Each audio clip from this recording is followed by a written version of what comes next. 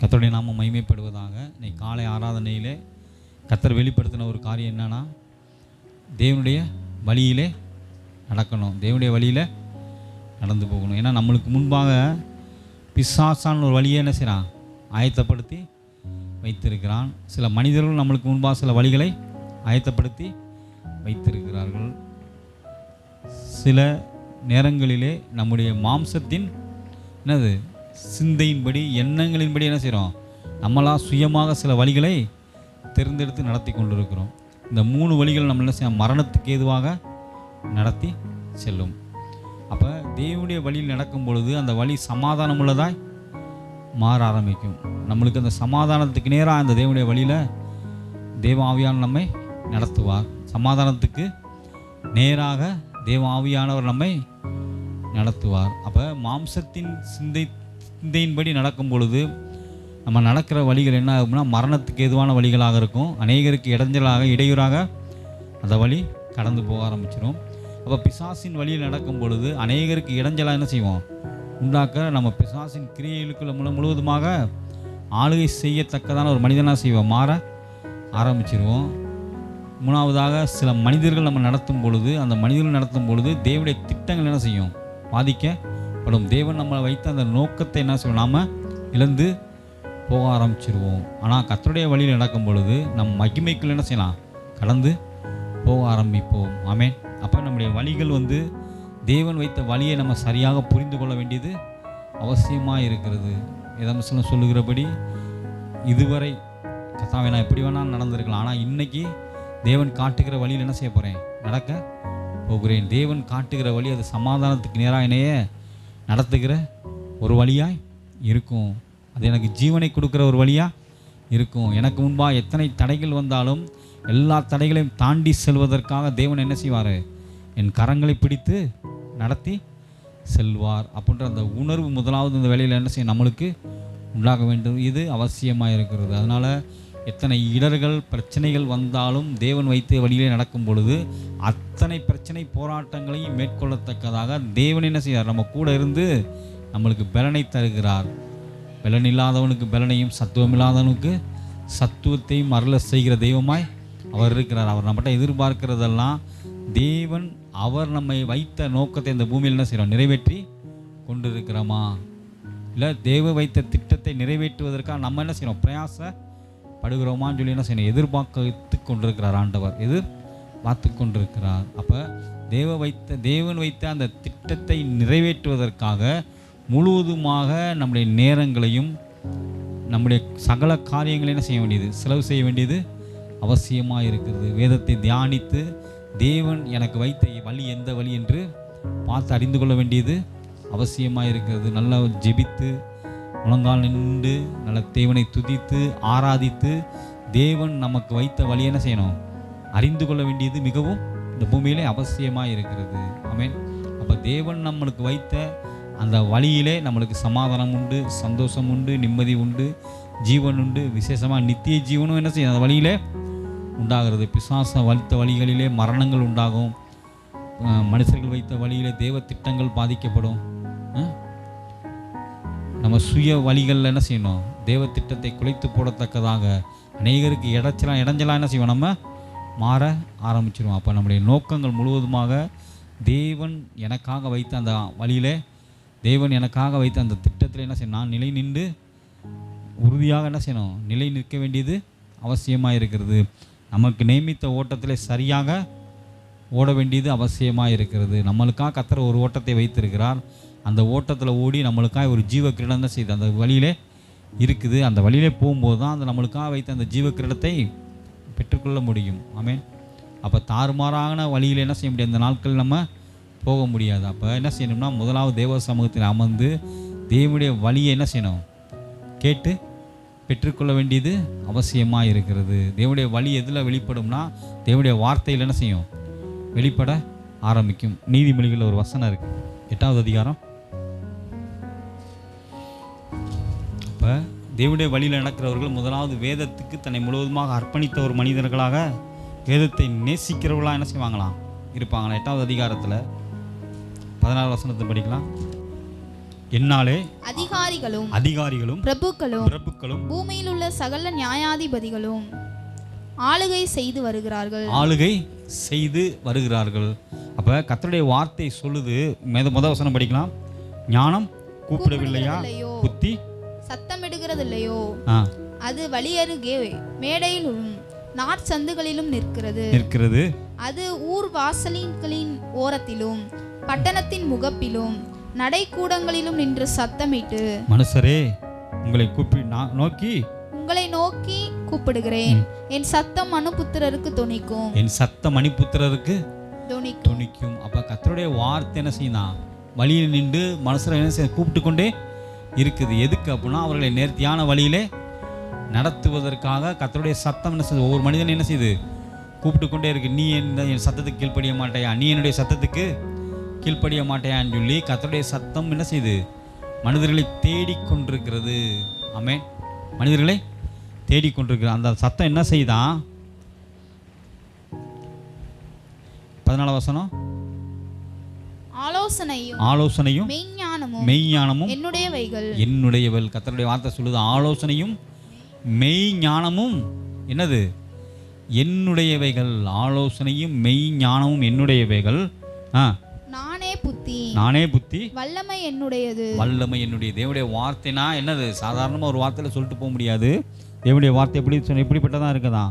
ஆலோசனையும் மெய் ஞானமும் புத்தியும் வல்லமையும். ஆமென். அந்த வார்த்தைக்குள்ள எப்படின்னா மறைந்திருக்கான்? மெய்ஞானம், ஆலோசனை, புத்தி, வல்லமை. ஆமென். என் வார்த்தையை நீ கேட்கும் பொழுது இத்தனை காரியங்களை நீயே நடத்தப்படும் சொல்லப்பட்டிருக்கிறது. என்னாலே ராஜாக்கள் என்ன செய்வாங்களாம்? அரசாளுகிறார்கள். பிரபுக்கள் நீதி செய்து. வார்த்தை சொல்லுது, என்னாலே ராஜாக்கள் அரசாளுகிறார்கள். அப்ப இந்த வார்த்தை ஒரு மனுஷனுக்கு வரும்பொழுது அவன் கர்த்தருடைய வழியில் என்ன செய்யுது? அந்த வார்த்தையை அவனை நடத்திக்கிட்டதா இருக்கிறது. அந்த வார்த்தை சொல்லுது, என்னாலே ராஜாக்கள் அரசாளுகிறார்கள், பிரபுக்கள் நீதி செலுத்துகிறார்கள். ஆமென். அடுத்து சொல்லப்பட்டிருக்கிறது, என்னாலே அதிகாரிகளும் பிரபுக்களும் பூமியில் சகல நியாயாதிபதிகளும் ஆளுகை செய்கிறார்கள். ஆமென். அப்போ கர்த்தருடைய வார்த்தை ஒரு மனுஷனுடைய வாழ்க்கையில் வரும்பொழுது அவனை செவ்வையான வழியில் நடத்தி அவனை பிரபுவாக, ராஜாவாக, ஆசாரியனாக, அவன் நியாயாதிபதியாக எந்த ஸ்தானத்தில் இருக்கிறானோ அந்த ஸ்தானத்திலே அவனை ஆளுகை செய்யத்தக்கதாக கர்த்தர் வைக்கிறார். அல்லேலூயா. அப்போ கர்த்தருடைய வார்த்தை நம்மளை வச்ச ஸ்தானத்திலிருந்து நம்ம ஆளுகை செய்யணும். ஒரு அப்போஸ்தலன் அபிஷேகத்திலிருந்து என்ன செய்யணும்? அந்த மனிதன் ஆளுகை செய்கிறவனாக இருக்கிறான். ஒரு போதக அபிஷேகத்திலிருந்து அந்த மனிதன் ஆளுகை செய்கிறவனாக இருக்கிறான். ஒரு பரிசுத்தவானா, ஒரு தொழில் செய்கிற ஒரு பிஸ்னஸ் பண்ணுறவனாக இருந்தால் அந்த காரியத்தில் அவன் செய்கிறான், ஆளுகை செய்கிறவனாக அந்த வார்த்தை என்ன செய்து அவனை நிலை நிறுத்து. எப்படி நிலைத்துனா கர்த்தருடைய வழியிலே நடக்க பண்ணி அவனை என்ன செய்து நிலை நிறுத்துகிறதா இருக்கிறது. அடுத்த வசனம், என்னை சிநேகிக்கிறவர்களை நானும் சிநேகிக்கிறேன், அதிகாலையில் என்னை தேடுகிறவர்கள் என்னை கண்டடைகிறார்கள். ஆமென். அல்லேலூயா. அப்போ இந்த வேத வசனத்தை நாம் நேசிக்கும் பொழுது இந்த வேத வசனமும் நம்ம என்ன செய்யுது? நேசிக்குது. அல்லேலூயா. அப்போ என்னை நேசிக்கிறவர்களை நானும் நேசிக்கிறேன், அதிகாலையில் என்னை தேடுகிறவர்கள் என்ன செய்கிறாங்களாம்? கண்டடைவார்கள். அல்லேலூயா.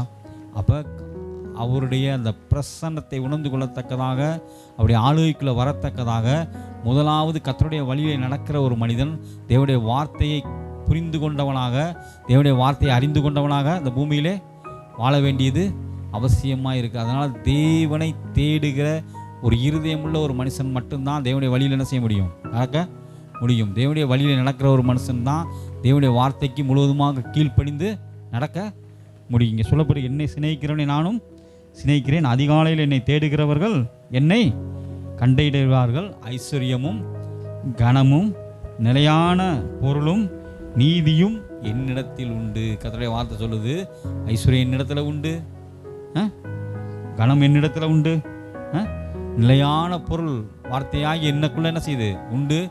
எனக்குள்ள நீதி என்ன செய்யுது? உண்டு. அப்போ நீ என்னை சிநேகிக்கும் பொழுது நான் உன்னை சிநேகித்து உனக்கு ஐஸ்வர்யத்தை கொடுக்குறேன், உனக்கு கனத்தை கொடுக்குறேன், உனக்கு என்ன செய்கிறேன்? நிலையான பொருளையும் கொடுக்குறேன், விசேஷமாக நீதி செய்யத்தக்கதாக உன்னை என்ன செய்கிறேன்? வேறு பிரிக்கிறேன். நீ இந்த பூமியிலே பாவியாக அல்ல, பரிசுத்தவானாக, நீதிமானாக, நீதி செய்கிறவனா என்ன செய்ய முடியும்? மாற முடியும். என்னை சிநேகித்தேனா நீ நீதி செய்கிற ஒரு மனுஷனாக இந்த பூமியில் வாழ முடியும் என்று வேத வசனம் தெளிவாக நம்மளுக்கு போதிக்கிறது. அடுத்து பார்க்கும் பொழுது, பொன்னையும் தங்கத்தையும் பார்க்கிலும் என் பலம் நல்லது, என் பலம் நல்லது, என் பலன் நல்லது, சுத்த வெள்ளியை பார்க்கிலும் சுத்த வெள்ளியை பார்க்கிலும் என் வருமானம் நல்லது, என் வருமானம் நல்லது. என்னை சிநேகிக்கிறவர்கள் மெய்ப்பொருளை சுகந்தரிக்கும்படி என்னை சிநேகிக்கிறவர்கள் மெய்ப்பொருளை சுகந்தரிக்கும்படி அவர்களுடைய களஞ்சியங்களை நான் என்ன செய்றேன்? நிரப்பும்படிக்கு அவர்களை நீதியின் வழியிலும் நியாய பாதைகளுக்குள்ளும் நடத்துகிறேன். ஆமென், அல்லேலூயா. அப்ப இந்த நீதியின் வழி பார்த்தோம்ல, தேவன் இந்த மாதிரி வழியில தான் என்ன செய்வார்? நம்மளை நடத்துகிறவராக இருக்கார். தம்முடைய வார்த்தையை கொடுத்து இங்கே சொல்லப்பட்டிருக்கிறது. ஆளுகை தருகிறார், நீதி செய்ய பண்ணுகிறார், கனமும் தருகிறார், மெய்ப்பொருளை சுதந்திரிக்க பண்ணுகிறார். இவ்வளோ காரியங்களை என் பலம் நல்லதுன்றாரு. என் மெய்ப்பொருளை சுதந்திரித்துக் கொள்ளுவீங்க. விசேஷமாக உங்களுடைய களஞ்சியங்களை என்ன செய்வேன்? நிரப்பிட்டு சொல்கிறாரு, என்னை அவர்கள் நீதியின் வழியிலும் நியாயப்பாதைகளிலும் நடத்துகிறேன். ஆமென். வேத வசனம் தான் என்ன செய்யுது? நம்மளை நீதியின் பாதையிலே நடத்துகிறதா இருக்குது. அப்போ நீதியின் பாதையை நாம் தெரிந்து கொள்ள வேண்டியது அவசியமாக இருக்குது. தேவன் நம்மளுக்காக வைத்த அந்த நீதியின் பாதை இந்த நாட்களிலே தெரிந்து கொள்ள வேண்டியது மிகவும் அவசியமாக இருக்கிறது. அல்லேலூயா. அப்போ முதலாவது நம் கர்த்தருடைய வழியில் நடக்கணும், கர்த்தருடைய சித்தத்தை சரியாய் செய்யணும்னா முதலாவது வேத வசனத்துக்கு நம்ம முழுவதுமாக அர்ப்பணித்தவர்களாக இருக்கணும். ஆமென். அப்போ வேத வசனத்தை அர்ப்பணித்த மனிதன் தான் ஆளுகை செய்கிறவனாய் இருக்கிறான். வேத வசனத்தை அர்ப்பணித்த மனிதன் தான் தேவ சித்தத்தை சரியாக செய்கிற மனிதனாக, பாவத்தை விட்டு மனம் திரும்பி நீதிக்குள்ளே நடக்கிற ஒரு மனிதனாக செய்ய முடியும், இருக்க முடியும். அப்போ முதலாவது இந்த நாட்களிலே, இந்த நாளில், இந்த மாதத்தில், இந்த முதலாவது நாள் கர்த்தர் நம்மளுக்கு வெளிப்படுத்தின அந்த வேத வசனத்தின்படி கர்த்தரனை நீதியின் பாதையிலே நடத்த வேண்டும். செவ்வையான பாதையில் என்ன செய்யணும்? நடத்த வேண்டும். சமாதானத்துக்கு நேரான பாதையில் என்னைய நடத்த வேண்டும்.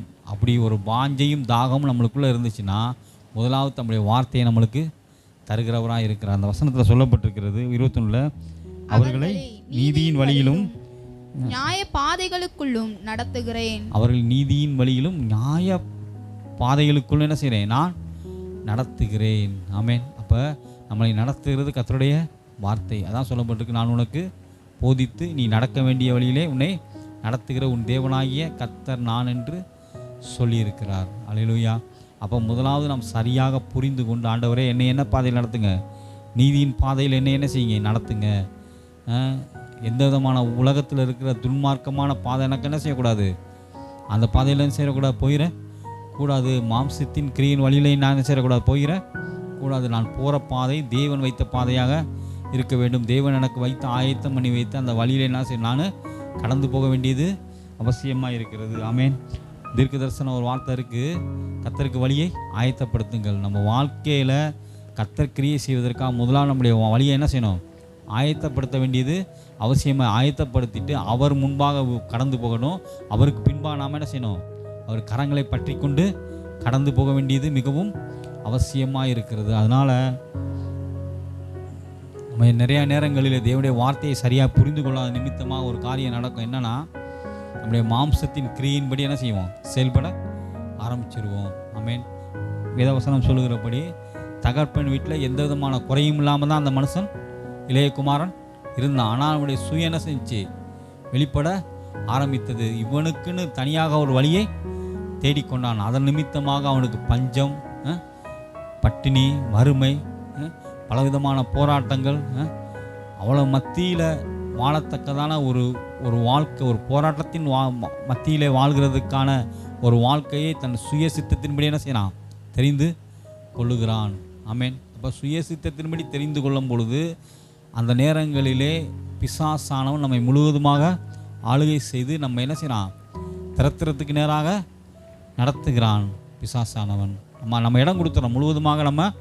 நம்முடைய சுய சித்தம் என்ன செய்யுதுன்னா, சுய சிந்தை என்ன செய்யுது அப்படின்னா, நம்முடைய மாம்சமாக தெரிந்து கொள்ளப்பட்ட அந்த வழிகள் தேவ திட்டத்தை விட்டு விலகி தேவன் வைக்காத ஒரு பகுதிக்கு நேராக நம்ம கடந்து போகும்பொழுது தேவன் அங்கே கிரியை செய்ய, நம்ம வாழ்க்கையில் கிரியை செய்ய அவரால் முடியாதனால முழுவதுமாக பலவிதமான பிரச்சனைகளையும் போராட்டங்களையும் சந்தித்து இந்த உலகத்தின் இருக்கிற எல்லா விதமான அசுத்தங்களும் நம்ம என்ன செய்யுது? நிரப்ப ஆரம்பிச்சிடும். சொல்கிறான், துன்மார்க்கமாய் ஜீவனம் பண்ணி தன் ஆஸ்திகளை என்ன செஞ்சான், முழுவதுமாக அழித்து போட்டான். தனக்கு தகப்பன் தந்த சகல விதமான நன்மையை என்ன செய்யறான், அழித்து போடுகிறான். இன்றைக்கும் நம்ம தேவ திட்டத்தை விட்டு விலகி போயிட்டோம்னா தகப்பன் நம்மளுக்கு கொடுத்த சகல விதமான நன்மை என்ன செய்கிறோம், அழித்து போட ஆரம்பிக்கிறோம். நம்ம சரியாய் புரிந்து கொண்டு என்னை சிநேகிக்கிறவர்களை நான் என்ன செய்கிறேன், சிநேகிக்கிறேன். என்னை சிநேகிக்கிற மெய்ப்பொருளை சுதந்திரித்துக் கொள்வார். என்னிடத்தில் ஞானம் உண்டு, வல்லமை உண்டு, மகிமை உண்டு, கனம் உண்டு. நீ அதை புரிந்து கொண்டு என்ன செய்ய, இந்த பூமியிலே நடந்து போக வேண்டியது மிகவும் அவசியமாக இருக்கிறது. ஆமென். அப்போ இதே நேரத்தில் இன்னொரு வழி இருக்குது. பிசாசானவன் நம்மை நடத்துகிற ஒரு வழி. அந்த வழி எப்படிப்பட்டனா, அது முழுவதுமாக அநேகருக்கு நம்ம என்ன செய்வோம், சத்ருவாய் மாறத்தக்கதான ஒரு சூழ்நிலைக்குள்ள என்ன செய்வோம், கடந்து வர ஆரம்பிச்சிருவோம். எப்போ நம்ம வார்த்தைக்கு கீழ்ப்படியலையோ, நம்ம இருதயத்தை கடினப்படுத்துகிறோமோ, இந்த இருதயத்தில் பிசாசானவன் கிரியை செய்ய ஆரம்பிச்சிருவான். துன்மார்க்கமான காரியங்களை இந்த பூமியில் என்ன செய்ய ஆரம்பிச்சிடும். எப்போ தேவ வழியை விட்டு பிசாசானவன் காட்டுகிற வழியிலே கடந்து போகிறோமோ, அந்த நிமிஷமே முழுவதுமாக துன்மார்க்கமான ஒரு வழியிலே நடக்க ஆரம்பிக்கிறோம். அல்லேலூயா. அடுத்தபடி மனுஷர்கள் என்ன செய்வாங்க, நம்மளை வழி நடத்தி சென்றுவாங்க. ஆமென். வழி நடத்தி சென்றுவாங்க. அதுக்கும் நம்ம என்ன செய்யக்கூடாது, இடம் கொடுக்கக்கூடாது. நம்மளுக்கு வைக்கப்பட்ட அந்த ஸ்தானத்தை விட்டு ஒருபோதும் நம்ம விலகி போகக்கூடாது. எனக்கு வைக்கப்பட்ட அந்த ஸ்தானத்திலே நான் என்ன செய்ய, நிலை கொண்டு நிற்க வேண்டும். எனக்கு கர்த்தர் வைத்த அந்த வழியில் நான் என்ன செய்ய, நான் போகணும். கர்த்தர் எனக்கு வைத்த வழியில் நான் போகணும். மனுஷர் கூட்டிகிட்டு போகிற வழியில் நான் என்ன செய்யக்கூடாது, போகக்கூடாது. என்னுடைய சுய சித்தத்தின்படி என்ன செய்யக்கூடாது, சுயமாக மாம்சத்தில் ஒரு வழியை என்ன செய்யணும், நினச்சிட்டு இப்படி தான் போகலான்னு சொல்லி போக முடியாது. பிசாசானவன் காட்டுகிற வழியிலையும் போகக்கூடாது. நம்ம எப்படி வழியில் போகணும்னா, கர்த்தர் காட்டுகிற வழியிலே கடந்து போகிறவர்களாக இருக்கணும். கர்த்தர் நம்மளுக்கு முன்பாக அந்த வழியிலே கடந்து போகிறவர்களாக இருக்கணும். அதை முதலாவது சரியாக புரிந்து கொள்ள வேண்டியது மிகவும் அவசியமாக இருக்கிறது. அல்லேலூயா, அல்லேலூயா. அப்போ ஆண்டவரே, நான் என்னை முழுவதுமாக அர்ப்பணிக்கிறேன். ஆண்டவர், தேவ சித்தத்தை செய்வதற்காக, தேவ திட்டங்களை இந்த பூமியிலே நான் நிறைவேற்றுவதற்காக என்னை முழுவதுமாக நான் என்ன செய்கிறேன், அர்ப்பணிக்கிறேன். அதிகாலையில் என்னை தேடுகிற என்னை கண்டடைவார்கள். அவரை பார்த்துட்டோம்னா அவர் நம்மை நேர்த்தியாக நடத்த ஆரம்பிச்சிருவார். மோசேயை கர்த்தர் சந்தித்தார் அந்த எரிகிற முச்செடி மத்தியிலே. அதுக்கப்புறம் அவருடைய வாழ்க்கையில் தேவ திட்டங்கள் தான் அப்படியே முழுவதுமாக நிறைவேறியது. இவர் சுயமாக சிந்தித்தார். ஒரு எகிப்தினை கொலை பண்ணி நிமித்தமாக வனாந்தரத்தில் போய் எத்தனை வருஷம், 40 வருஷங்கள் பாடுகளை அனுபவிக்க வேண்டிய சூழ்நிலையை சூழ்நிலை உண்டானது. ஆனால் தேவன் சந்திப்பு வந்ததுக்கு அப்புறம் ஒரு பெரிய மறுரூபத்துக்குள்ளே என்ன செஞ்சார், அவர் கடந்து வந்தார். தேவன் எங்கே அவர் கடந்து போகிறாரோ அவருடைய முகத்தை கர்த்தர் என்ன செஞ்சார், பிரகாசிக்க பண்ணினார். அப்போ யாத்ராம் 34வது அதிகாரத்தில் கடைசி 35வது வசனம், இஸ்ரவேல் புத்திரர் அவன் முகத்தை பிரகாசிப்பதை கண்டார்கள். இஸ்ரவேல் புத்திரர் அவன் முகத்தை என்ன செய்ய, பிரகாசிப்பதை கண்டார்கள். கர்த்தருடைய வழியிலே நடக்கிற ஒரு மனிதனுடைய முகத்தை கர்த்தர் பிரகாசிக்க பண்ணுகிறவராய் இருக்கிறார். அல்லேலூயா. அப்போ முதலாவது, ஆண்டவரே, என்னுடைய வழி எது? ஆமென். கேட்டு அறிந்து கொள்ள வேண்டியது அவசியமாக இருக்கிறது. அப்போ அவருடைய வழியிலே நடக்கும் பொழுது நம்முடைய முகத்தை கர்த்தர் பிரகாசிக்க பண்ணுகிறவராக இருக்கிறார். ஆமென். ஒரு மகிமை அவர் என்ன செஞ்சு இறங்குச்சு. அதுக்கப்புறம் பார்க்கும் பொழுது அந்த இஸ்ரவேல் முழு ஜனங்களையும் மேக சம்பவம் என்ன செஞ்சு நடத்தி வந்தது. அக்கினி சம்பவம் அவர்களை நடத்தி வந்தது. அப்போ இன்றைக்கி நம்மளுக்கு ஒரு பாரம் உண்டாகணும். ஆண்டவரே, ஒருபோதும் தேவன் வைத்த அந்த வழியை விட்டு என்ன செய்ய, நான் விலகி போகவே கூடாதுன்றவரே. கொஞ்சம் லேட்டானாலும் நான் நின்று நிதானித்து நீர் காட்டுகிற வழியில் என்ன செய்ய போகிறேன், நான் நடந்து வரப்போகிறேன். நீங்கள் என் கரங்களை பற்றி கொள்ளுங்க. என்னை நேர்த்தியான வழியில் என்ன செய்யுங்க, நடத்துங்க. என்னை சமாதானத்தின் பாதையில் என்னைய நடத்துங்க. ஆமென். நானாக சுயமாக சிந்தித்து என்னுடைய வழியில் என்ன செய்யக்கூடாது, போயிடக்கூடாது.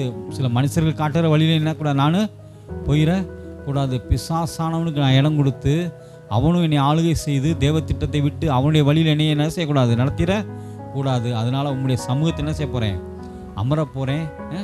உங்களுடைய சமூகத்தில் அமரப்போகிறேன். இடத்துல காத்திருக்க போகிறேன். என்னை என்ன செய்யுங்க, உங்களுடைய பாதையில் நடத்துங்க. நீங்கள் காட்டுகிற வழியில் நான் என்ன செய்யணும், கடந்து போகணும். நீங்கள் காட்டுகிற வழியில் போகும்பொழுது என்னுடைய முகங்கள் என்ன செய்யும், பிரகாசிக்கும். என்னுடைய முகம் பிரகாசிக்கும். என்னுடைய முகத்திலே உம்முடைய ஒளி என்னையும் உண்டாகும், ஒளி வீசும். ஆமேன். இங்கே சொல்லப்பட்டிருக்கு, மோசேயின் முகத்திலே தேவ மகிமை என்ன செஞ்சான்? வெளிப்பட்டது. தேவனுடைய பிரசன்னம் வெளிப்பட்டது. தேவன் அவரை ஆளுகை செய்வதை முழு ஜனங்கள் என்ன செஞ்சாங்க? கண்டு கொண்டார்கள். ஆமேன். நம்ம வாழ்க்கையிலையும் இன்னைக்கு நம்முடைய முகங்கள் பிரகாசிக்க வேண்டும். முகம் மாத்திரமல்ல, அவருடைய மகிமை வந்துருச்சுன்னா நம்முடைய வாழ்க்கையும் பிரகாசிக்க ஆரம்பிக்கிறோம். எசேக்கியேல் ஒரு வசனம் இருக்கு, 43வது அதிகாரத்தில், இஸ்ரவேலின் தேவனுடைய மகிமை கீழ் திசையிலிருந்து வந்தது, அவருடைய சத்தம் பெரு வெள்ளத்தின் இரைச்சலை போல இருந்தது. அவருடைய சத்தம் பெரும் வெள்ளத்தின் இரைச்சலை போல இருந்தது. அவருடைய மகிமையினால் பூமி பிரகாசித்தது. அவருடைய மகிமையினால் பூமி. அப்ப எங்கெல்லாம் கர்த்தருடைய மகிமை வருகிறதோ அங்கே ஒரு பிரகாசம் உண்டாக ஆரம்பிக்கிறது. நம்ம தேவனுடைய வழியில் நடக்கும் பொழுது நம்மளுக்கு மகிமை என்ன செய்யுது? உண்டாகிறது. வசனம் சொல்லப்பட்டிருக்கிறது. 40வது அதிகாரம் ஏசாயா 5வது வசனம், கர்த்தரின் மகிமை வெளியரங்கமாகும், கர்த்தருடைய மகிமை வெளியரங்கமாகும், மாம்சமான யாவும் அதை ஏகமாய் காணும். மாம்சமான யாவும் அதை ஏகமாய். போதும். கர்த்தருடைய மகிமை வெளியரங்கமாகும், மாம்சமான யாவும் அதை ஏகமாய் காணும். இங்கே சொல்லப்பட்டிருக்கிற 2வது வசனம். 3வது வசனம், கர்த்தருக்கு வழியை ஆயத்தப்படுத்துங்கள். எங்கே கர்த்தருக்கு வழி ஆயத்தப்படுத்தப்படுகிறதோ, கர்த்தர் கிரியை செய்வதற்கு ஆயத்தப்படுகிறதோ, அங்கே கர்த்தருடைய மகிமை வெளிப்படுகிறதா இருக்கிறது. ஆமேன்.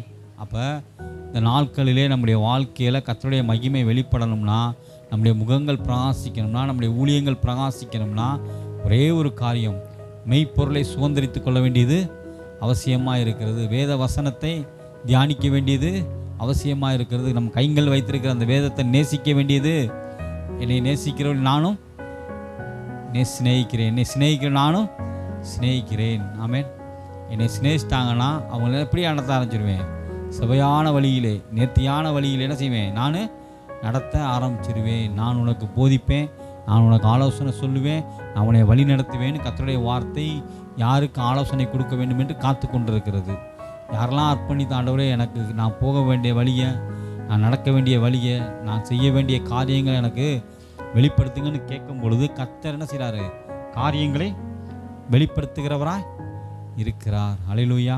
அப்போ இந்த நாட்களிலே தாகத்தோடு வாஞ்சையோடு காத்திருக்க வேண்டியது அவசியமாக இருக்கிறது. எதுக்கோ நம்ம காத்திருப்பதை காட்டில், ஆண்டவரே நான் உம்முடைய வழியில் என்ன செய்யணும்? நடக்கணும். நான் உம்முடைய சித்தத்தை சரியாக செய்யணும். எனக்கு ஆலோசனை கொடுங்க ஆண்டவரே, எனக்கு ஆலோசனை கொடுங்க, என்னை நேர்த்தியாய் நடத்துங்க. எனக்குள்ள தேவ சமாதானமும் தேவன் நடத்துதலும் எனக்குள்ள என்ன செய்யணும்? உண்டாக வேண்டியது அவசியமாக இருக்கிறது. நான் மாய்மானம் பண்ணாமல் என்ன செய்யக்கூடாது? இருக்கக்கூடாது. மாய்மானம் பண்ணிக்கிட்டு அப்படி இப்படின்னு அழைப்பிக்கிட்டு இருக்கக்கூடாது. ஆண்டவரே, உலகத்துக்கு ஒத்த வேஷம் தரித்து கொண்டு இருக்கக்கூடாது. நான் என்னுடைய வழியிலே சரியாய் நடக்கும் பொழுது பாவத்தை விட்டு விலகி தேவ திட்டத்துக்கு நேராக கடந்து வரும் பொழுது இந்த உலகத்தில் ஒத்த வேஷனா கிடையாது. உலகத்துக்கு ஒரு மானியும் கர்த்தரை சமூகத்தில் ஒரு மானி நான் என்ன செய்ய மாட்டேன், இருக்க மாட்டேன் அப்படின்ற உணர்வு இந்த நாட்களில் நம்மளுக்கு உண்டாக வேண்டியது. அப்போ தேவ திட்டத்தை விட்டு விலகி நிற்கிற மனுஷன்கள் உலகத்துக்கு ஒத்த வேஷம் தரித்து கொண்டிருப்பார்கள். பெரிய பக்திமானாக போல என்ன செய்வாங்க? தன்னை காட்டிக்கொள்வாங்க. ஆனால் உள்ளுக்குள்ளே என்ன செய்யும்? பாவம் முழுவதுமாக அவர்கள் என்ன செய்யும்? ஆளுகை செய்து கொண்டிருக்கும். பாவம் ஆளுகை செய்து கொண்டிருக்கும். எல்லாத்தையும் வெளியே பார்த்து நம்ம என்ன செய்வோம்? ஏமாந்து போயிடுவோம். அப்போ நம்மளுக்கு பிரதானமாக தேவ மகிமை, தேவ சத்தம், தேவனுடைய நடத்துதல் எல்லாமே கையில் வைத்திருக்கிறது. வேதத்தில் என்ன செய்யுது? இருக்குது. ஆலோசனை இருக்கிறது. வசனம் சொல்லுகிறது, அதிகாலை என்னை தேடுகிறவனை கண்டடைவார்கள். காலைதோறும் உடைய கிருபை என்ன செய்யுது? எனக்கு புதிதாக இருக்கிறது. நான் நடக்க வேண்டிய வழியும் போக வேண்டிய பாதையிலையும் நான் செய்ய வேண்டிய காரியங்களிலையும் தேவன் எனக்கு ஆலோசனை கொடுத்து என்னை நடத்தி வருகிறவராக இருக்கிறார். ஆமேன். இந்த உணர்வு இந்த நாட்களே நம்மளுக்கு தேவையாக இருக்குது. அதனால் கொஞ்சம் நேரம் நம்ம ஜெபிக்கலாமா? கண்களை ஓ ரா கா பா ஷா கா பா லா கா பா ரா கனா பாலா பாலா பதுக்கு ஆசனதி. ஆண்டவரே, எங்களுக்கு தகுந்த ஆலோசனைகள் வெளிப்படட்டும். ஆண்டவரே, தகுந்த ஆலோசனைகள் வெளிப்படுவதாக, தகுந்த ஆலோசனைகள் வெளிப்படுவதாக. ஹல்லேலூயா, ஹல்லேலூயா, ஹல்லேலூயா, ஹல்லேலூயா. ஆவியானவரே,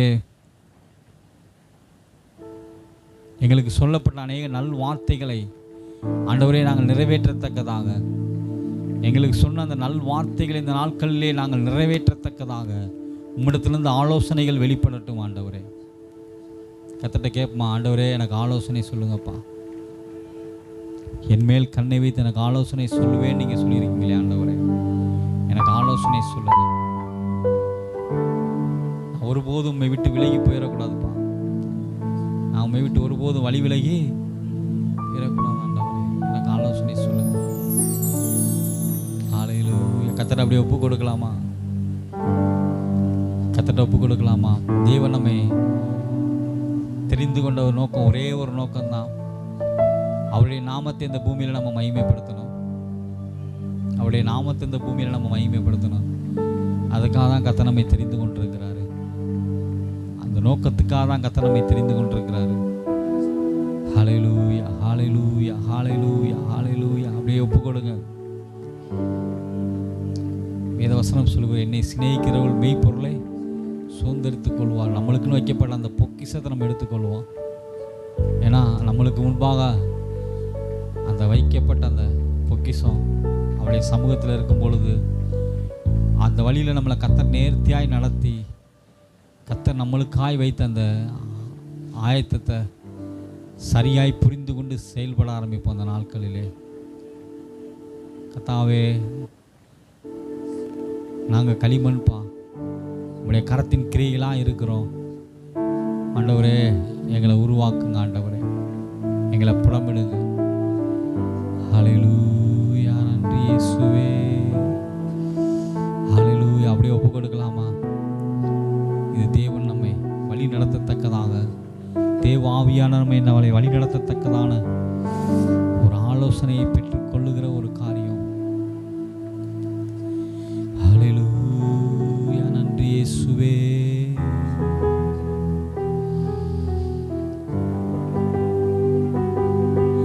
கர்த்தருடைய கரம் நம்ம மேல அமரணும். கர்த்தருடைய கரம் நம்ம மேல அமரணும். அதற்காக நம்ம தேவ சமூகத்தில் காத்திருக்கிறவர்களாய் மாறணும். இந்த நாட்களில் ஆண்டவரே, உம்முடைய கரம் என்னை நடத்தட்டும் ஆண்டவரே. ஆண்டவரே, உம்முடைய கரத்தில் அலங்காரமான கிரீடமும் உம்முடைய கரத்தில் ராஜ்ய முடியுமா நான் இருக்கணும் ஆண்டவரே. ஆண்டவரே, உம்முடைய கரத்தின் கிரியைகளும் நான் இருக்கணும். நான் அந்த நாட்களில் ஒரு குயவன் கையில் இருக்கிற ஒரு களிமண்ணை போல இருக்கலாம். என்னை உடைச்சி உருவாக்குங்க ஆண்டவரே. உங்களுடைய சித்தத்தின்படி என்னை உருவாக்குங்க. உமக்கு பிரியமான ஒரு பாத்திரமாக என்னை வளைந்து கொள்ளுங்க. உமக்கு பிரியமான ஒரு பாத்திரமாக என்னை வளர்ந்து கொள்ளுங்க ஆண்டவரே. நீ தங்கணும், நீங்கள் வாசம் பண்ணணும், நீங்கள் எங்களுக்குள்ளே செயல்படணும். அப்படிப்பட்ட ஒரு பாத்திரமாக நான் மாறணும் ஆண்டவரே. என்னை உடைத்து உருவாக்கும் ஆண்டவரே. உமக்கு பிரியமில்லாத காரியங்களை என்னை விட்டு அகட்டி போட்டு ஆண்டவரே, உமக்கு பிரியமான ஒரு பாத்திரமாக ஆண்டவரே நீர் செயல்படத்தக்கதாக, எனக்குள்ளிருந்து நீங்கள் செயல்படத்தக்கதாக, எனக்குள்ளிருந்து நீங்கள் கிரியை செய்யத்தக்கதாக ஆண்டவரே நாங்கள் எங்களை ஒப்பு கொடுக்குறோம் ஆண்டவரே. கர்த்தர் ஆண்டவரே ஒரு பயன்படுத்துகிற ஒரு பாத்திரமாக ஆண்டவரே. ஹல்லேலூயா, நன்றி இயேசுவே. ரீகலபலஹௌதன கபல் கலே பெலி பெலி விது கண்ட கிரேதனது பாஷன் கரே பெனே பென ஹந்த கிரேட ஹந்த கிரேட ஹந்த கிரேட ஹந்த கிரேடத ஆண்டிமா மகாண்டி மா சல்கலே பெಲೆ ಹೌರಣ ಹಂದಿ ಕ್ರೇಪದ ಗಂಡ ಕ್ರೇದ ಗಂಡ ಫ್ರಾಸನೀದನದು ಮಂಗ ದಿಗಾಂಡ ಸಕ್ಕಂಡಲ ಗபான் கினீமேனே ஹௌதன கபல் கலே பெಲೆ பத கண்ட கிரேதனது. ஒரு ஆவியின் அபிஷேகம், ஒரு ஆவியானவர் தருகிற ஒரு அபிஷேகம் தேவ திட்டத்தை இந்த பூமியிலே நிறைவேற்றத்தக்கதாக, தேவ திட்டத்தை இந்த பூமியிலே நிறைவேற்றத்தக்கதாக ஆவியானவர் தருகிற ஒரு அந்த அபிஷேகத்தின் வல்லமை. ஓ ராகா பா லாகா சக்கண்டல கா பிராண்ட தியாக்கனே மெனிமெதி மந்தீன ஹந்த கிரேதன ஹந்த கிரேத ஹந்த கிரேதனதி ஓ ராகா பா லா சக்கண்ட பிராண்ட தியான் கரேபனபதுக்கு ஆசனதி. தேவனுடைய வார்த்தைக்கு கீழ்ப்படுகிற ஒரு மனுஷன் கர்த்தருடைய சித்தத்துக்கு நேராக தான் கடந்து போவான். தேவன் ஆயத்தம் பண்ணி அந்த வழியில தான் அவன் நடந்து போவான். வேற எங்கேயும் சும்மா அவன் அழைப்பி கொண்டிருக்க மாட்டான். ஓ ராக்காபால் அப்படிப்பட்ட ஒரு மனுஷியா எங்களை மாத்துங்கப்பா. அப்படிப்பட்ட ஒரு மனுஷியா எங்களை மாத்துங்க ஆண்டவரே. ஆண்டவரே, தேவ நோக்கத்தை புரிந்தவர்களாக, தேவ திட்டங்களை புரிந்தவர்களாக, எங்களுக்கு முன்பாக தேவன் வைத்த அந்த செவ்வையான வழியிலே, நேர்த்தியான வழியிலே, சமாதானமான வழியிலே நாங்கள் நடந்து செல்லத்தக்கதான ஒரு கிருபைகள் இந்த நாட்களில் எங்களுக்கு உண்டாகட்டும் ஆண்டவரே. ஹல்லேலூயா, ஹல்லேலூயா, ஹல்லேலூயா, ஹல்லேலூயா. உம்முடைய கரம் எங்கள் குடும்பத்தை மூடட்டும். உம்முடைய கரம் எங்கள் ஊழியங்களை மூடட்டும் ஆண்டவரே. உம்முடைய கரம் எங்கள் பிள்ளைகளுடைய வாழ்க்கையை மூடட்டும் ஆண்டவரே. விசேஷமாக எங்கள் எதிர்காலம் உங்களுடைய கரத்தில் இருக்க ஆண்டவரே. ஆண்டவரே, நீங்கள் நேமித்த, நீங்கள் ஆயத்தப்படுத்தி வைத்த, நீங்கள் செயல்படத்தக்கதான ஒரு வாழ்க்கை இந்த பூமியிலே நாங்கள் வாழத்தக்கதான ஒரு கிருபைகள் இந்த நாட்களில் வெளிப்படுவதாக. தீபே லேக்கரபணபது கண்ட கிரேத கண்டரிதி ஆசனிதி